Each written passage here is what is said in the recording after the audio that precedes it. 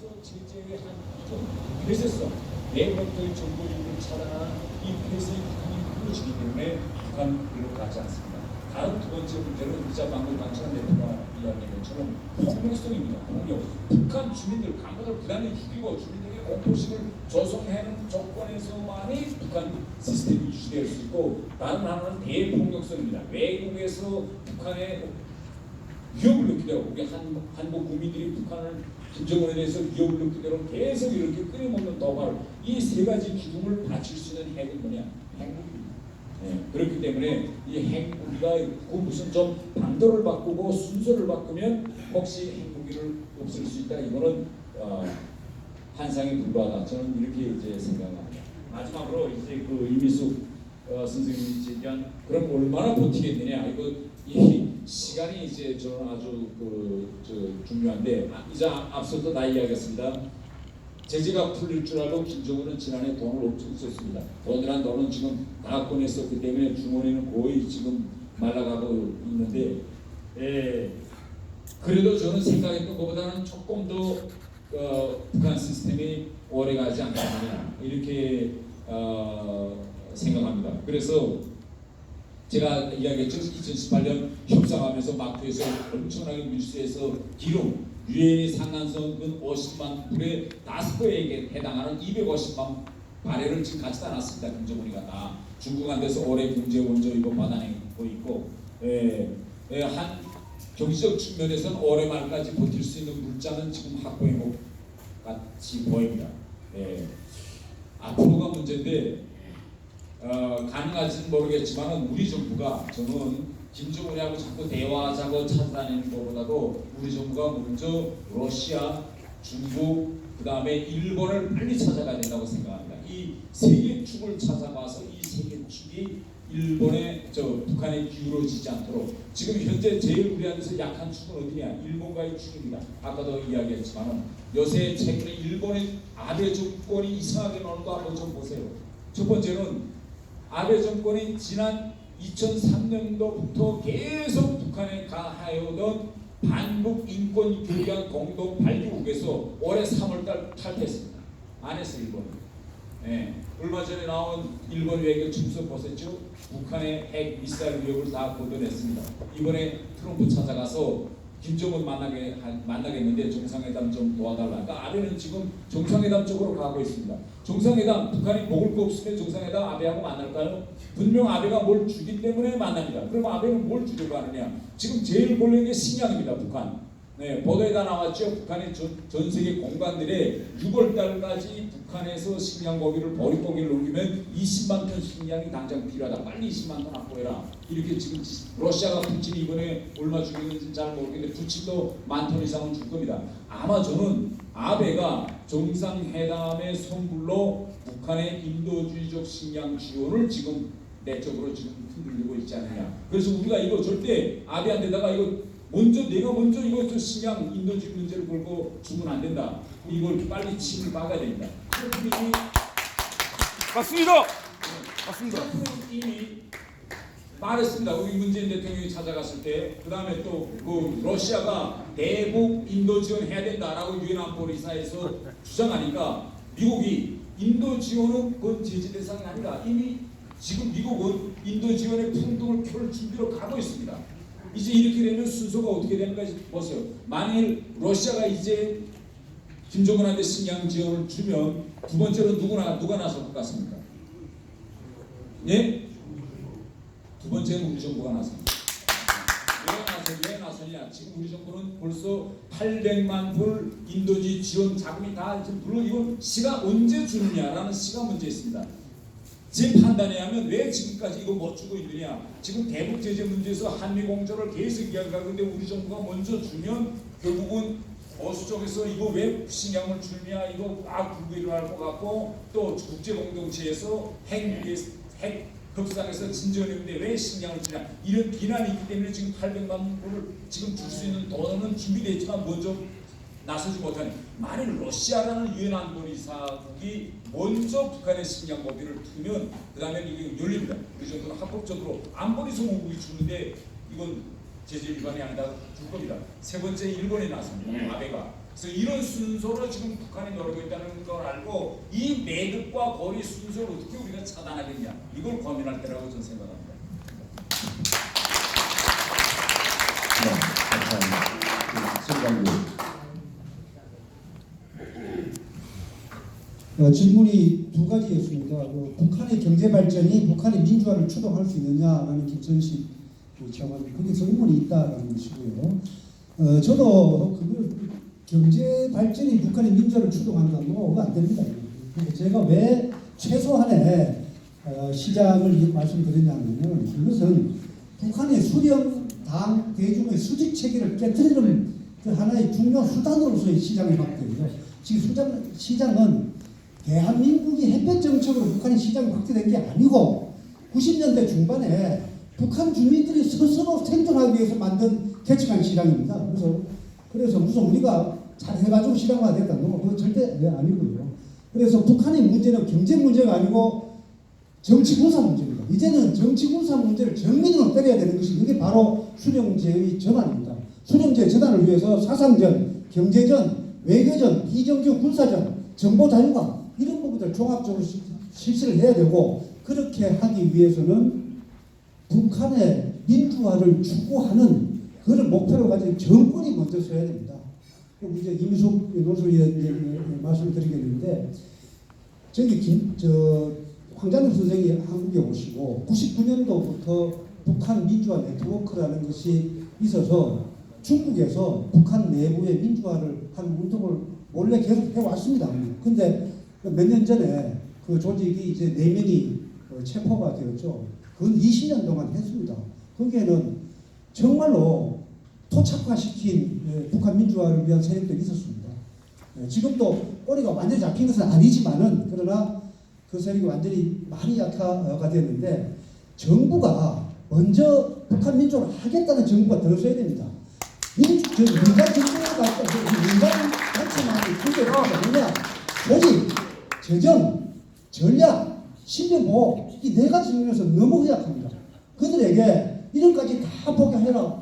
민주화를 추구해라. 정말 힘듭니다. 그래서 먼저 정권이 들어서고 가장 바람직한 것은 국가안보실에서 지휘를 하고 그 다음에 국가정보원에서 북한 민주화를 하는 실행, 추진하는 실무 책임을 져야 됩니다. 그리고 아까 제가 말씀대로 민간단체, 국내외에 있는 민간단체가 완전히 협력을 강화해야 되고 북한 내부에 거기에 개인과 단체를 만들고 그 개인과 단체가 점에서 선으로 연결이 되고 선에서 연결돼서 면으로 나가야 그것이 민주화 운동이 되는데 북한의 경우에는 점선 면으로 연결되기보다는 어떤 면에서는 많은 점들이 생기고 그것이 선의 단계를 잠깐 거쳐가지고 바로 면으로 가는 예컨대 루마니아식 점에서 바로 면으로 움직여지는 그런 것을 한번 생각해 볼 수 있을 거예요. 그래서 우선 정권이 들어서야 되고 과거에 김영삼 정부 때 1997년에 황장엽 총장이 한국에 오셔가지고 김영삼 정부 때 백두산 프로젝트라는 것이 입안된 적이 있습니다.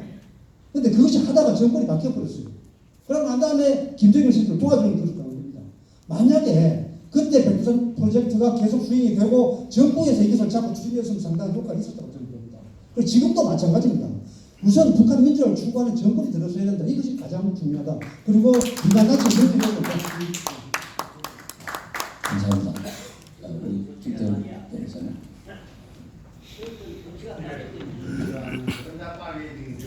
이 선생님은 특히 저에 대해서 풀이조선에 관한 것에 대해서 성격과 우리 어떤 활용방을 보여주셨습니다. 저는 이 풀이조선의 입장, 저는 뭐잘 단체를 모릅니다만 여러 가지 추적을 보면 그러면 대한민국의 실망이다 이렇게 되었어요.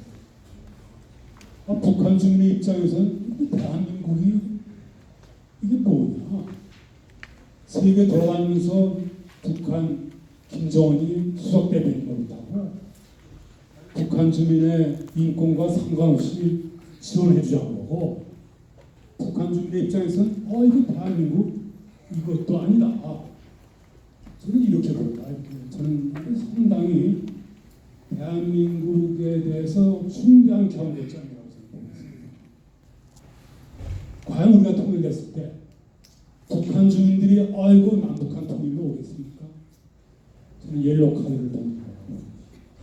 그래서 우리 대한민국의 자유진영이 정말 각성을 해가지고 이 답은 자유민주주의를 찾는 것이다. 그래서 북한 주민들의 마음을 가져야 되겠다. 라는 경고장을 보낸 것이 바로 이 후리조선, 자유조선이라고 합니다. 지금 자유조선은 극도로 남한 세력과의 연대를 기대하고 전혀 고립되어 있습니다. 그러나 그 역량은 경천봉제할 만합니다. 어떻게 감히 스페인, 북한주의 대사관에 진입을 해가지고 모든 주요 정보를 다 빼가지고 어떻게 FBI를 건네주고 도저히 김한석을 어떻게 데려가고 납득할 수 없는 역량을 가지고 있어요. 우리가 이 단체와 알 수는 없습니다만 이 실망하고 있는 그러나 목표는 똑같습니다. 자유입니다. 자유민주주의다. 그러니까 이러한 단체와 언젠가는 우리가 공정함을 찾아가지고 목표는 똑같습니다. 북한 주민에 의한 북한의 자유화를 달성하는 그런 하나의 예시를 이 뿌리조선이 보여줬다 이렇게 생각하고 우리는 더 가열차게 이 대한민국의 자유민주주의를 찾아와야 됩니다. 그래가지고 북한 주민의 마음을 사는 작업을 더 해야 되겠고 어느 시기가 되면 이 뿌리조선과도 연계를 해서 사실 북한 해외 대사가 불법행위 온 것이군요. 각각이 거기에 들어가서 스페인 주재 대사에 대해서 망명을 종료하셨으니 평화적인 방송 굉장히 놀라요. 전혀 해도 안 바뀌어요. 정말 어떻게 보면 무섭게 하는데 이러한 것을 우리가 따뜻한 마음으로 바라보고 우리가 경각심을 가지고 뭐라도 가연치하게 때가 되면 이렇게 공정함도 찾아야 되겠고 현재 뭐 연계가 안 되니까 찾아야 되겠고 우리 북한 주민의 실제로 이 현재 상황이 얼마나 절박하다는 것을 우리가 더 알아야 되겠다 이런 생각으로 유포합니다.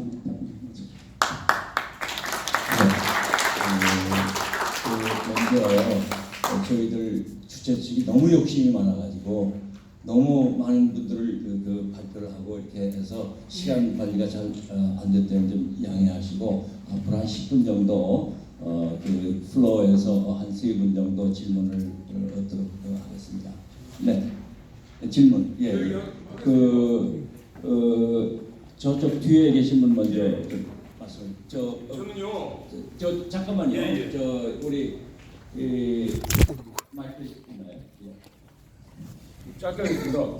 저는 지금까지 보수 정당만 계속 찍어왔고 특히 박근혜 대통령한테 많이 기대를 걸었고 그 이유가 박정희 대통령께서 돌아가셨는데 그 이유 중에 하나가 루머지만 핵무기를 만들다가 돌아가셨다는 말도 있고 저는 보수로서 충격이 지금까지도 잊혀지지 않고 있습니다. 그건 그렇고요. 저는요 김정은 그러니까 북한이 민주화되는 건 당연하다고 보는데 북한 인민들도 배가 부르면 당연히 정부 말을 안 듣고 자연스럽게 따라가는 것 같습니다. 그래서 우리가 김정은을 갖다가 전쟁을 못 일으키게 우리가 컨트롤을 하고 그 다음에 북한 주민들이 굶주리지 않도록 우리가 트럼프가 가련도가 있으면 긁어주고 해서 일단은 일본이 먼저 들어가면 안 됩니다. 그렇죠? 이상입니다. 네. 질문 일괄 받도록 네. 할까요, 원장님? 두 분 정도 더 받겠습니다. 질문만 해주세요. 알겠습니다. 저는 주자 8종목을 가지고 질의했습니다. 무슨 일을 하든지 거기에는 성의, 정신, 경물, 지지, 그 다음에 수신제가, 지구, 평천하 이것이 주자 8종목입니다. 정치하는 인간들은 최소한 주자 8종목은 너희 공부를 하고 응원을 합니다. 오늘 그 단체 우리 사회자 우리 김차관님을 비롯해서 8분 고생 많이 하셨습니다. 그리고 여기 프로에서 지금까지 인내를 하면서 애국 인내를 가지고 경청하신 여러분들이 더 고생했다고 봅니다. 자, 질문하겠습니다. 사람이 무슨 일을 하더라도 거기는 반드시 경우가 발라야 됩니다. 이치가 통해야 된다 이거예요. 그런데 자유민주 흡수 통일, 자유민주 통일, 뭐 흡수 통일을 한다 그러면 거기에는 그 이치가 발라야 되는데 어떻게 수신 경물 지지 성의 정신 수신자가 치고 평천하 그거 다 빼버리고 그 수신이 애국 통일을 하려고 그러면 수신이 미약해야 되는데 어떻게 이 좌파 정권 문재인 정권은 그렇게도 자유민주주의에 대한 감각이나 그거 없이 북한 괴수 집단 수괴한테 끝까지 불종맹종하면서 퍼주는 것을 전대형님, 하는지 전대형님, 여기 대해서 질문해주세요. 여기 대해서 치유할 수 있는 보약이 뭔지 그 세 분 발제하신 세 분이 누구든지 답변해 주시고. 감사합니다. 예. 안녕하십니까. 더 타임즈 정수환 기자입니다. 아까 그 송강주 남북 하나전화 이사장님이 김정은의 북한의 최대 전화가 민주화 방안 이야기 들어보니까 아주 정확하고 바람직하고 그랬는데 문재인 정부가 전혀 할 일이 없지 않습니까? 할 일이 전혀 없어 보입니다. 그런 일을 아까 얼핏 아까 말씀하시는데 이 중요한 결론 부분이니까 누가 해야 되는 건지 다시 한번 말씀해 주십시오. 예. 그럼 마지막. 예. 마지막입니다. 시간 관계상 길게는 얘기 못하고 오늘 나오신 분 좋은 말씀을 해줘서 감사합니다. 제가 얘기 드리고 싶은 것은 태영호 대사님을 모신 이 자리를 굉장히 중요하다 생각하고 네 가지만 물어보겠습니다. 북한의 재산의 자유가 있습니까? 네. 그다음에 두 번째, 직업의 자유가 있습니까? 그다음에 세 번째, 직업의 자유가 있습니까? 네 번째, 이동의 자유가 있습니까? 그것만 간단하게 설명해 주면 감사합니다. 감사합니다. 네. 이제 다 예, 감사합니다. 그러면 우리 태호 목사님부터 먼저 좀 답변하시고 그다음에 제가 간단히 말씀드리면 저는 이렇게 생각합니다. 북한에 아까 한 말씀 계속 반복인데 이 북한의 비핵화 문제는 어떻게 우리가 달성하겠느냐 이런 순서밖에 없습니다. 다 이야기인데 먼저 북한에서 김씨 정권을 바꿔야 됩니다. 의심 채우지하고 통일을 해서 통일을 실현하는 방법으로 비핵화 문제가 해결될 것입니다. 통일이 되기 전에 북한의 비핵화 문제가 해결된다 이런 이유는 저는 있을 수 없습니다. 다른 마지막으로 그러면 우리가 어떻게 이 북한에서 리슨 체인지를 달성할 수 있겠느냐 이 방도를 찾는 문제가 아주 중요한데 여러 가지 방도가 있을 수 있겠지만 가장 현 시점에서 현실적인 방도는 뭐냐 북한 주민들이 들고 일하면 더 좋겠죠. 그런데 저렇게 김정은이가 자기 고모부까지 그제까지 자기를 지켜주던 허위사령부, 허위사령관까지도 순간에 날려보낸 이런 시스템에서 당장 북한에서 내부 봉기가 일어날까요? 이건 이런 시점에서는 불가능합니다. 그런데 우리가 내부 봉기가 일어나든 리즘 체인지가 일어나든 일으킬 수 있는 방도가 있습니다. 방도는 뭐냐? 그 시스템에서 살고 있는 사람들이 그 시스템 밖으로 탈출하게 만들면 그러면 그 시스템은 결국은 모래 위에 지은 송처럼 저절로 무너질 겁니다. 바로 독일도 주민들이 거기서 대량 탈출하면서 무너졌습니다. 그런데 지금 문제점은 어디에 있느냐? 여러분 한번 보세요. 북한처럼 거의 30여 년 동안 주민들이 그 시스템을 버리고 바깥으로 계속 피난민 대열이 이어지고 있는 이런 나라는 전 세계적으로 말하자면 이 피난민 문제가 30년 동안 지속된 나라는 북한밖에 없어요. 이런 중요한 문제를 우리가 지금 핵심 키워드로 틀어잡고 이용하지 않는 데 문제가 있습니다. 지금 중국 동북에 정확한 숫자는 알 수 없지만은 몇만 명의 지금 탈북민들이 지금 거기에 숨어서 강제노동과 노예노동, 성매매에 지금 압박돼서 거기서 이야기했습니다. 지금 최근에 올해 들어와서 달라진 것이 뭔가면 이 브로커들이 중국에까지 나온 탈북민 한 명을 한국으로 데려오는 이 브로커비가 대단히 지금 싸졌다. 점점 지금 내려가고 있다고 합니다. 그런데 이들을 데려오는데 지금 평균 한 명을 데려오는데 300만 명이면 300만 원이면 한 명을 여기까지 브로커망을 통해서 다 데려온다고 생각합니다. 문제는 우리가 10만 명을 데려오려면 3천 원이 있으면 10만 명 데려올 수 있어요. 그런데 지금 우리는 지금 이 돈을 시민사회에서 마련하지 못해서 이 사람들을 데려오지 못하고 있습니다. 그러면 과연 이 사람들을 여기 데려오는 것이 필요하냐 필요하지 않느냐. 지금 3만 2천 명의 탈북민이 있는데 3만 2천 명의 탈북민 중 거의 절반 이상이 1년에 북한에 들어보내는 돈이 287만 원이라는 이런 조사 결과가 나왔습니다. 또 이들 중 절반 이상이 1년에 자기 친척들과 휴대폰으로 통화를 하고 있습니다.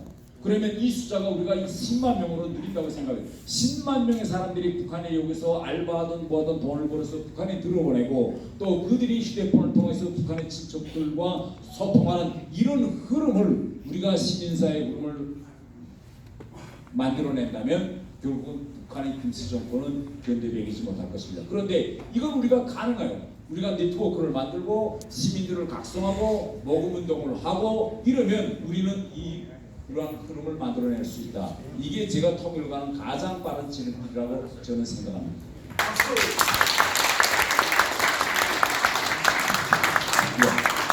김대현 말씀하실 게 있어요? 예, 여기 저 다시 말씀. 저가 얘기한 것은 핵 문제가 아니고 이자 방금 말씀 북한 국민이 재산, 재산의 소유의 권한이 있느냐. 예. 그다음에 두 번째 직업을 선택할 자유가 있느냐. 그다음에 세 번째 거주의 자유가 있느냐.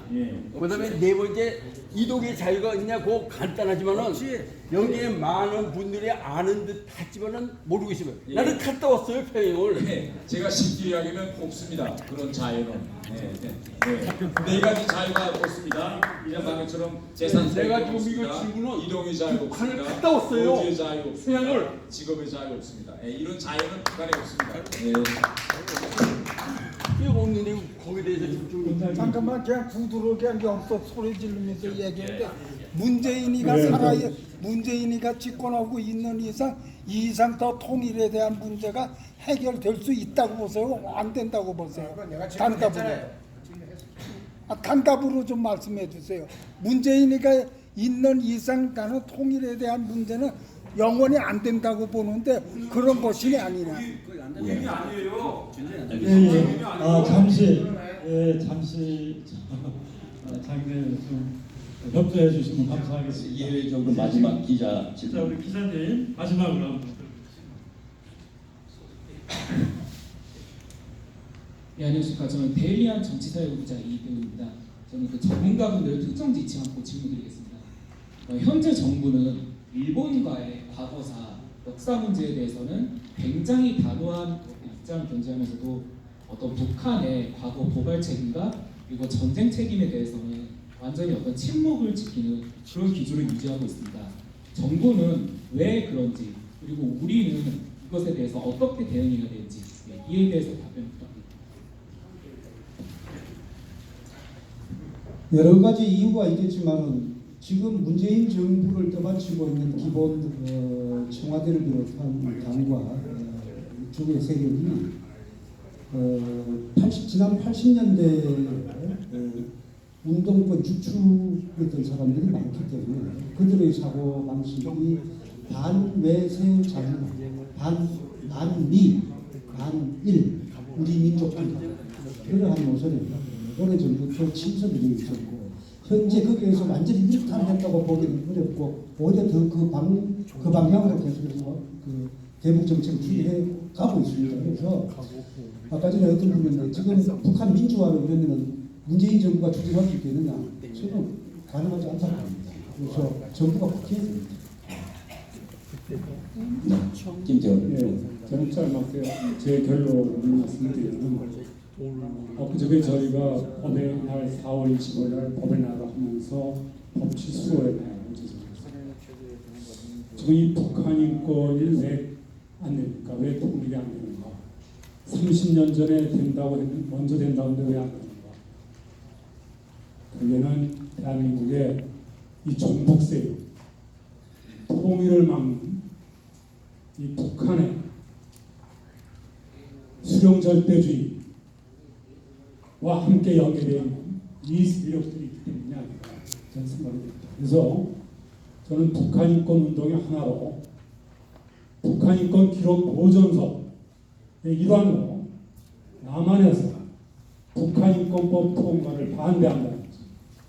북한 주민의 의지와 반해서 북한 정권을 대항하는 그러한 사람들에 대한 기록도 보존해 나가는 이 작업을 저는 시작하게 된다. 이것이 전 중요하다고 봅니다. 이것을 가지고 중대한 이 문제입니다.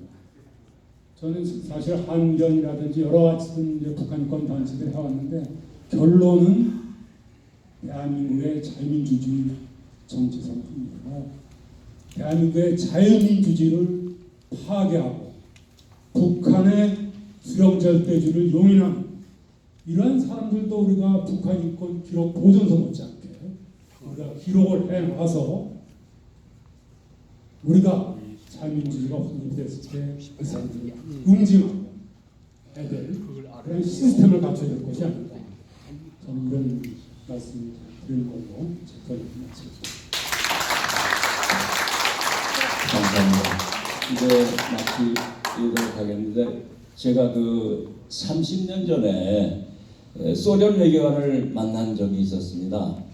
왜 소련이 망하느냐를 얘기를 했는데 강제 수용소에 갈까 봐서 모두가 전전긍긍하는데 그게 제대로 사회가 발전할 수 없다. 그 얘기를 했습니다. 바로 그거보다 더 심한 게 북한 사회죠. 그러니까 강제 수용소에 10여 만이 있고 그 다음에 아무리 저 같은 사람들도 공개 채용을 당하고 이런 사회가 제대로 발전할 수가 없기 때문에 핵을 가지고 정권을 유지하려고 하는 게 아닌가 이렇게 생각이 됩니다. 그래서 이 정권은 지금 여러 가지 발표가 있었지만은 수령 절대주의 체제를 유지하기 때문에 인권이고 뭐 개혁가고 할 수 없는 거였었고 그것이 지금 현재 남북 간 경제적 격차가 45대 1로 커졌고 그게 개선되지 않는 이유입니다. 그래서 핵을 지금 대원공사 말씀하셨듯이 포기할 리가 없고 따라서 시간이 지남에 따라서 북한 주민들이 깨어가지고 스스로 일어나서 이 체제를 무너뜨리는 이 과정으로 가지 않을까. 그래서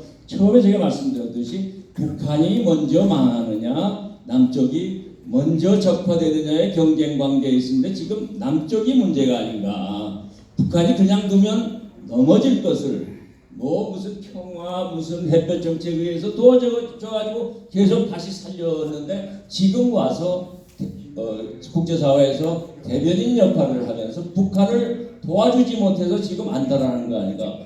국제제재가 지금 엄연하게 이행되고 있는데도 불구하고 개성공단 뭐 불만선 얘기하고 이런 지금 한국 정부의 문제가 지금 현재 굉장히 중요한 문제고 이거를 우리가 하지 못하도록 우리 여기 계신 분들이 힘을 합쳐서 우리 국민들의 공감대를 넓혀가지고 우리가 앞으로 이거 나가야 되지 않겠는가 이렇게 생각을 합니다. 오늘 짧은 시간이었기 때문에 충분하진 않았지만 굉장히 좋은 의견들이 많이 있었고 이걸 우리가 계속 지속해 나가도록 우리가 노력을 해야 되겠습니다. 앞으로 저희들 주최 측이 좀 더 이렇게 효율적으로 할 수 있도록 오늘 이 기회를 통해서 다시 한번 저희들이 개선해 나가도록 그렇게 하겠습니다. 오늘 귀한 발표를 해준 발제자들 그리고 우리 토론에 참여해 주신 열렬한 그 활동가들한테 좀 뜨거운 박수로 여러분 아직 안 끝났습니다. 마지막 가장 귀한 순서가 남아있는데요. 저희 자유주의 11개 시민사회 단체가 오늘 주제에 관련돼서 시국 성명을 담았습니다. 그 시국 선언문을 물망초 박성현 이사장께서 낭독을 해주시겠습니다. 끝까지 함께 감청을 해주시면 감사하겠습니다.